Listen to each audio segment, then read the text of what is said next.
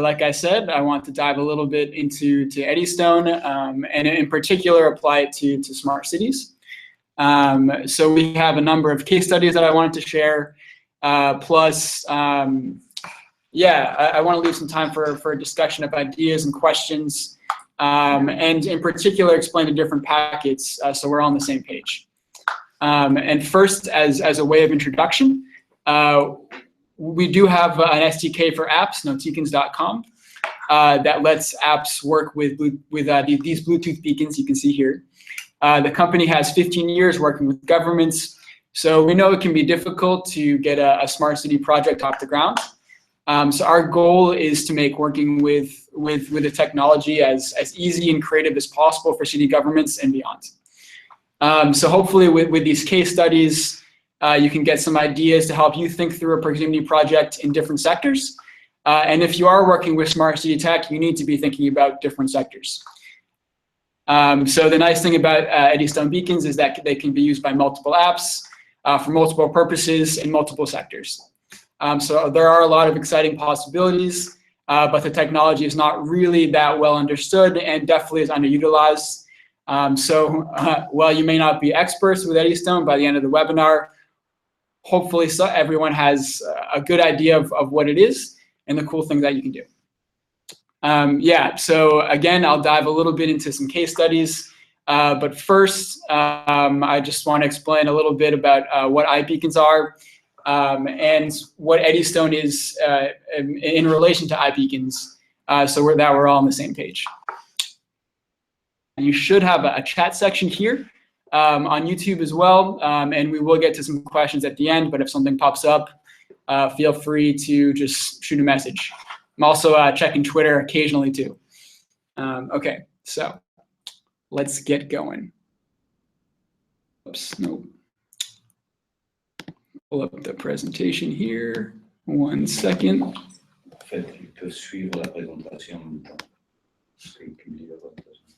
And here it is. Okay, so just briefly, I wanted to start with what are iBeacons, or what are beacons? So basically, they're the small devices that I just showed you, and they're used as an indoor positioning system to help mobile apps interact with users when they're nearby this beacon. They emit a Bluetooth identifier, and when that Bluetooth identifier hits a phone, then you can perform some type of action. So they're really cool. They're really cheap too, and the batteries last a long time. So you can virtually place them anywhere and just leave them there for years, and you can be interacting with your users when they're close by. They're generally used indoors because you can use GPS outdoors, but they are a little bit more accurate. So sometimes, like if you're trying to help the visually impaired get around, you can use them outdoors too for increased accuracy. The signal can go like, I think 200 meters for some of the new beacons. They're a bit more expensive. Most signals go about 30 meters, but you can really cover a lot of ground with a few of these. So yeah, they can, just to give you some examples of what they can do, they can trigger marketing messages when someone's nearby your shop, pull up a flashlight app at a concert. They can, yeah, help you have like an indoor map at an airport. There's a lot of things. They're really flexible. It's good to think of them more as a platform that you build off of rather than simply a hardware product. So hopefully that's enough to understand beacons in general. Just a 1-sentence summary. If a mobile user, small, relatively cheap device and has Bluetooth turned on, you can interact with them. So hopefully that's clear enough. So while iBeacon is Apple's format for beacons, let me change the slide here. Well, iBeacon is Apple's formats for beacon that was launched in 2013. It's an open Bluetooth 4.0 protocol. This is Google's version of it, so it's kind of the competition. It's more recent. They launched it in the middle of 2015. It's open, multi-platform, and while iBeacon is officially supported by iOS devices, Eddystone has official support for both iOS and Android, but yeah, there are some ways around it for using iBeacon on Android. It's a different format for organizing these devices. And the key to Eddystone versus iBeacon, to Google's format versus Apple's format, is that there are 4 packets of information. And it's important to understand these really well to be able to think through the different ways you can use them. So I'm going to spend a few minutes here before diving into case studies just to explain each of the 4 different packets, the 4 different types of information that they transmit, so you can better understand the possibilities. The first one is UID. Let me actually switch the slide again here.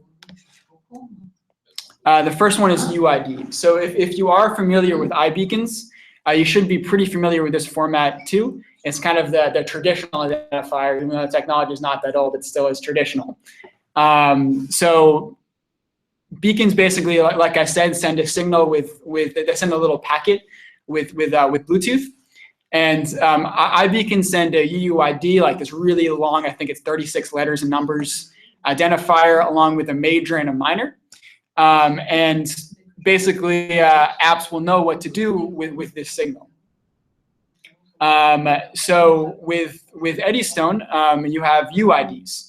So it's very similar, but instead of having a UUID and a major and a minor, they just have a name and another identifier. So if you are familiar with iBeacons, you should know exactly what you can do with this. But basically, you can have apps interact with users via this packet. So you can have an app, have the beacon send this type of identifier, and have the app do something when it receives this message. That's basically it. So similar to iBeacon, so the 3 other packets are really what distinguishes Eddystone. So the first, and I think this is the bread and butter of Eddystone, is the Eddystone URL. So with UID and with iBeacon's UUIDs, or with their identifiers, you do need to work with an app. With Eddystone URL, you do not need to work with an app necessarily. So this can send out a URL. Basically, it's as simple as that. It's really easy to test out too. If you have a beacon that transmits Eddystone URLs, and many do now, then it's pretty easy generally to set them up. The manufacturers are really good. So you just plug in a URL. The URL does have to be HTTPS, and it has to be shorter, but Google has like a link shortener you can use. So it is very, very easy. The catch here is that it works much, much better on Android. So what happens is on all Android phones, on the Chrome browser, Google has this physical web installed. And so when someone's close to a beacon with an Android, and this comes natively in Androids now. So on all Androids, you can do this.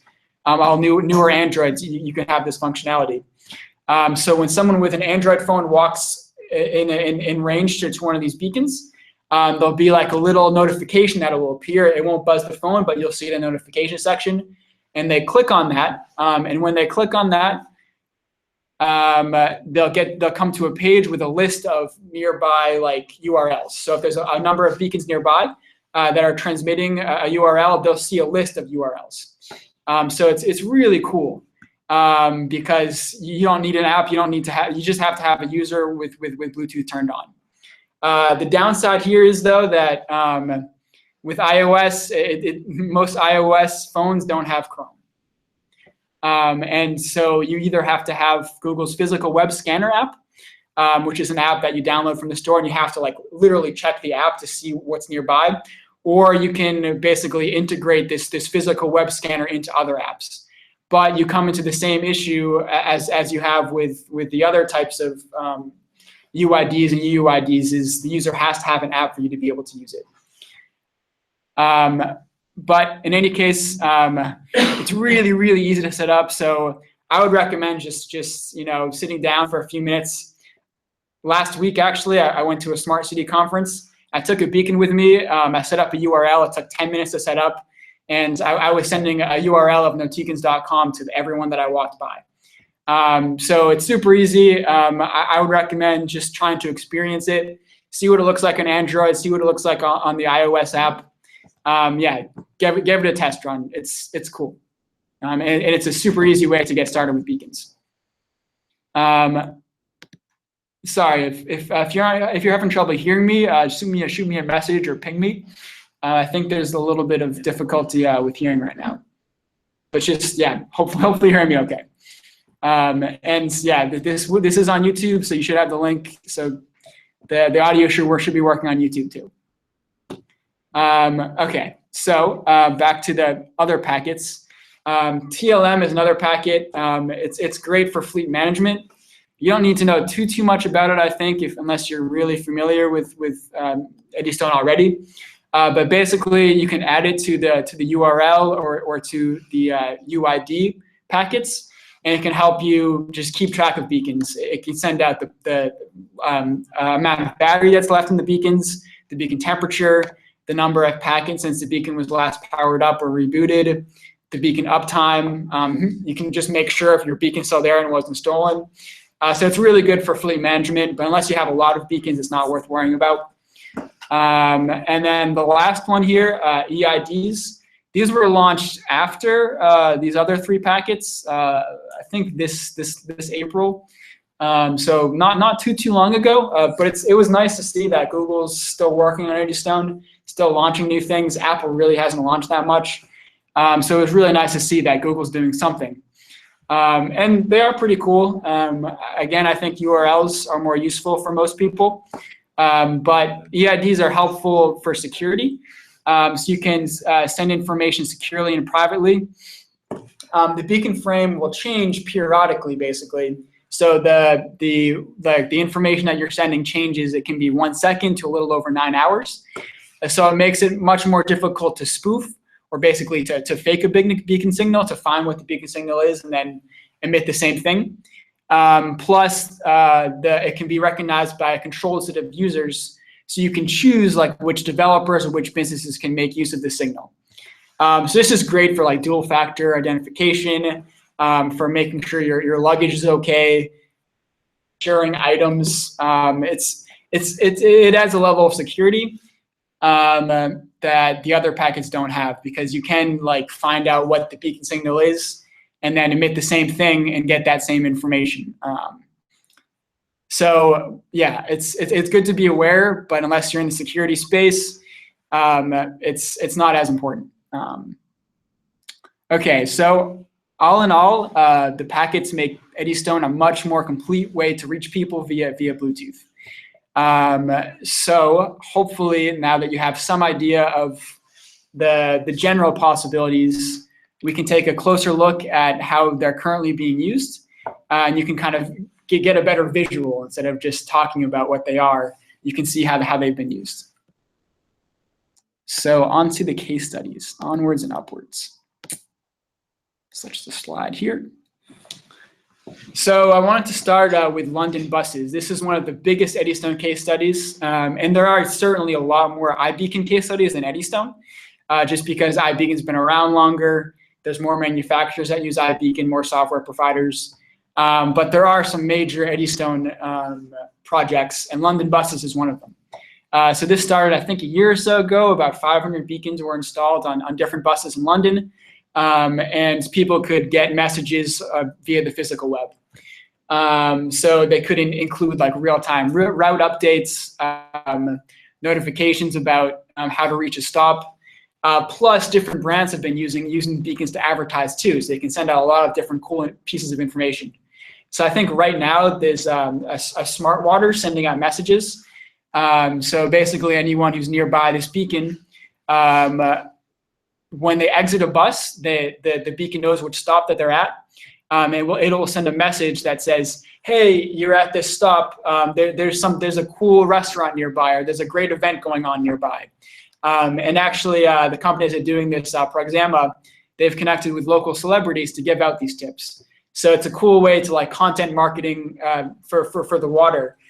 So they're not marketing water itself. There's not like a water deal, but they're marketing great content with the beacons at the right time, in the right place, to promote just smart water in general, to promote the brand. So it's really cool. So yeah, and the great thing here is that unlike GPS, when you message people with beacons, the beacons can be mobile too. So you can have the message go along with the beacon. So yeah, it's a really cool case study. I'll send out the slide share later so you can read more about it if you'd like to. The next one I have here are Waze's beacons. So this is pretty new, launched in France actually, and again, our company's based in Paris. So this is pretty exciting for us to see. Waze has if you're not familiar with it, it's like a navigation app. But as everyone knows, GPS signal cuts out when we're driving through tunnels. So Waze has put up beacons in a number of tunnels in Paris to help figure out where you are, so you don't lose that signal, so the user has a complete experience even when they're driving in a tunnel. So this is really cool for cities that want to connect the citizens in tunnels, and Waze is allowing open access to these beacons. So even if you're using other mapping platforms, you can access these beacons to help guide users in tunnels. And basically, the way it works is they set up, I think it's like 40 beacons per mile.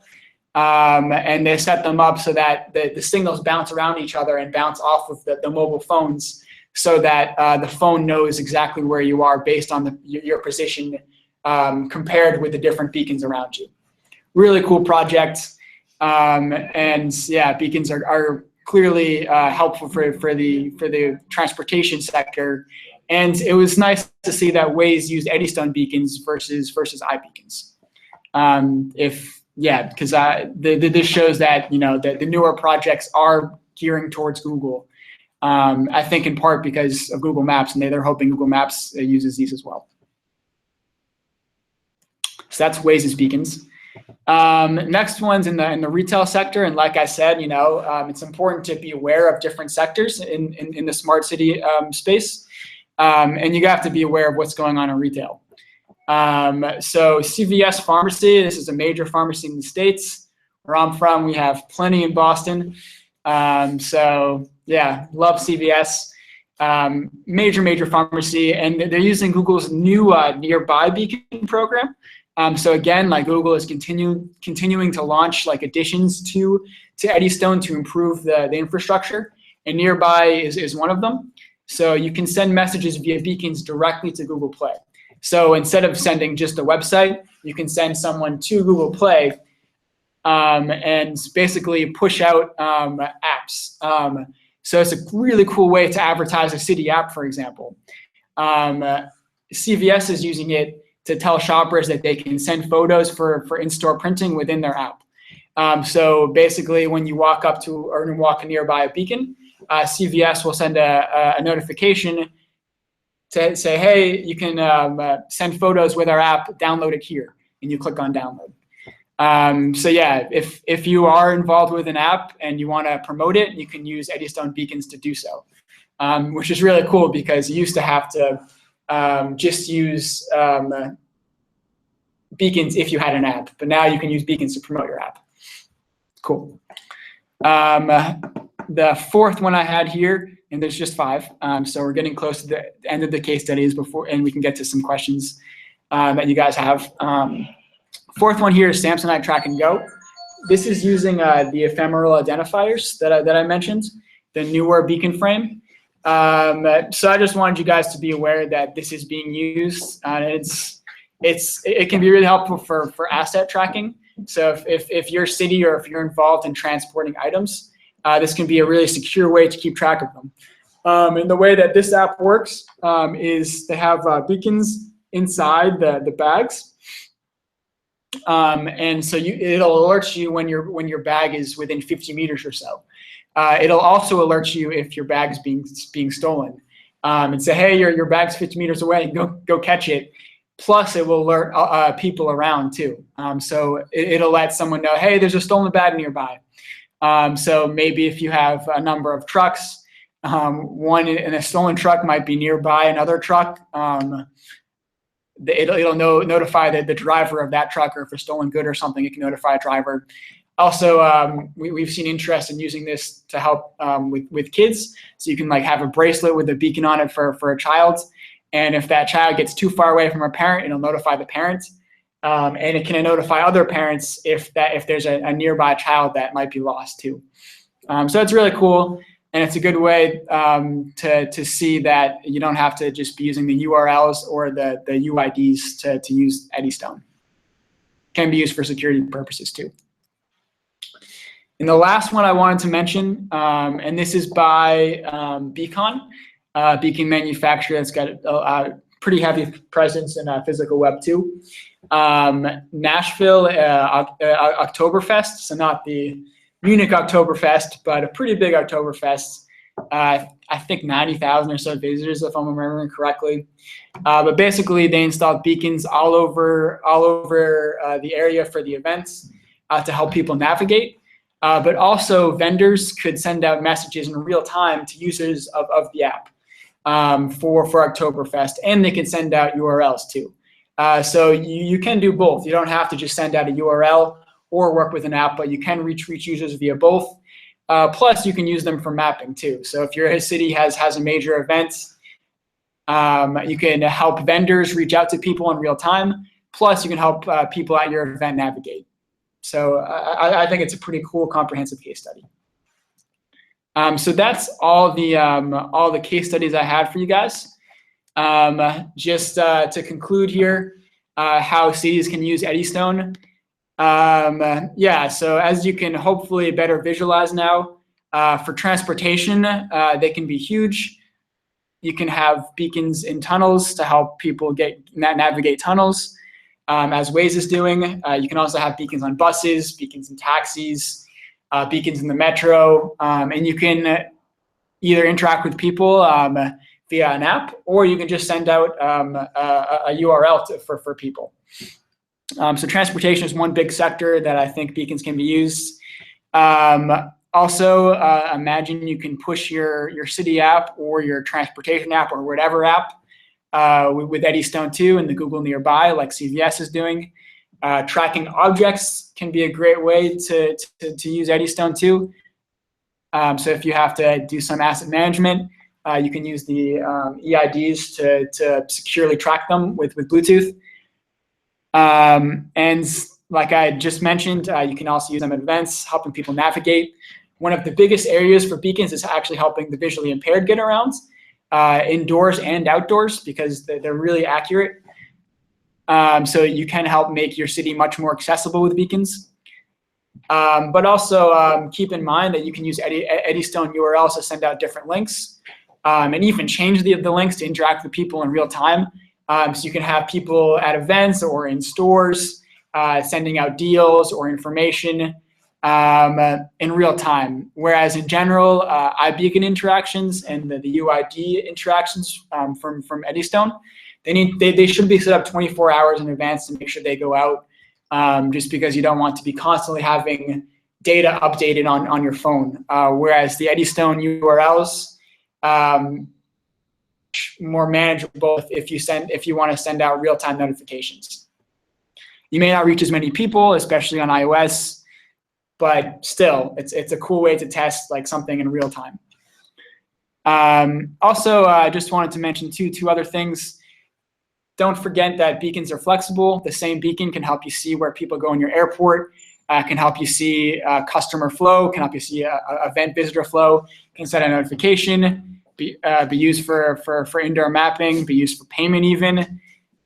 A lot of different ways you can use beacons. You can send out the URL with the beacons too, with Eddystone. So keep in mind that they are flexible, can be used by a number of apps or even without apps.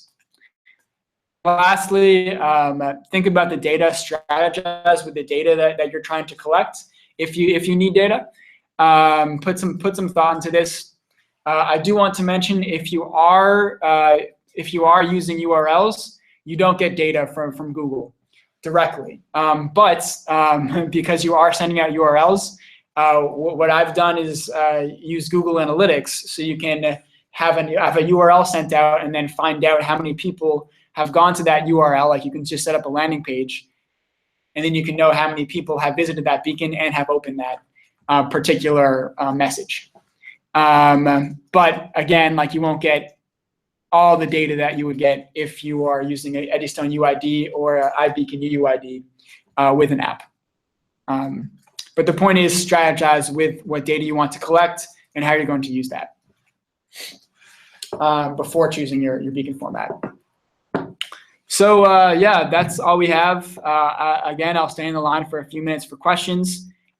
Really do think Eddystone beacons are an exciting new enabling technology that can be used effectively in a number of ways for cities. There's certainly a lot of benefits to Google's Eddystone beacon format. While there isn't nearly as many case studies yet, cities and other verticals are not taking as much advantage as we'd like to see. But we think this is soon to change because, again, Eddystone keeps getting more and more updates. So definitely keep a close eye on the space. And yeah, if you want to talk more afterwards, we do offer a free consultation. You have the link right here. The link should be in the next slide. Yeah, so you can sign up here, smartcitypress.com/free consultation, and we can walk you through Eddystone formats a little bit better, help you strategize on proximity tech in general. This is our specialty, or just any other type of smart city project you want to talk about. So we're available. Just let us know. We're here. Perhaps, I don't know if you spoke about the pricing. Perhaps it's interesting to see the difference between the prices for a classical beacon and Eddystone one. Yeah, here, let me pull up the. So it depends on the manufacturer, but Amelia's point is good. Beacons can vary greatly in pricing. Here we can put on the video. Beacons can vary quite a bit. A lot of the more well-known manufacturers, they to transmit both iBeacon and Eddystone, but those beacons are more expensive. So we're seeing maybe $25 to $30, maybe 10 to 15 for just the iBeacon format, the older beacons. But it really depends on the manufacturer. But yeah, keep in mind that Eddystone beacons might cost you more to work with. Anything else? No, I think it's good. And yes, for sure, we are open perhaps to receive any kind of case study. You can. Yeah, please send us case studies. We have Smart City Press. We love to publish, as well as iBeacon Trends, one of the biggest iBeacon blogs in the world too. I'm seeing Track and Go case study. Very nice. The Pocket, really great project at Proxy Smart. Thanks for sending that, Chris Reed too. Parkingperks.com. Perfect. We'll get in touch about doing some kind of case study with you. We like to have as many case studies as possible to pull from. Let me check YouTube for any questions too.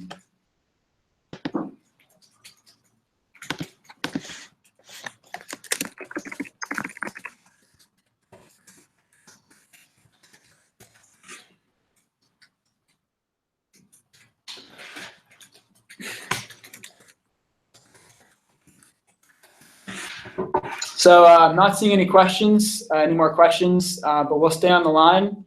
If there's anything for a couple more minutes here. Or just feel free to send us an email. Yeah, feel free to send us an email. You have the link for the free consultation. I'll send the link to the video and the presentation. Good. Yeah, okay. Well, thanks everyone. Nos vemos. Okay. Ciao, ciao. Bye.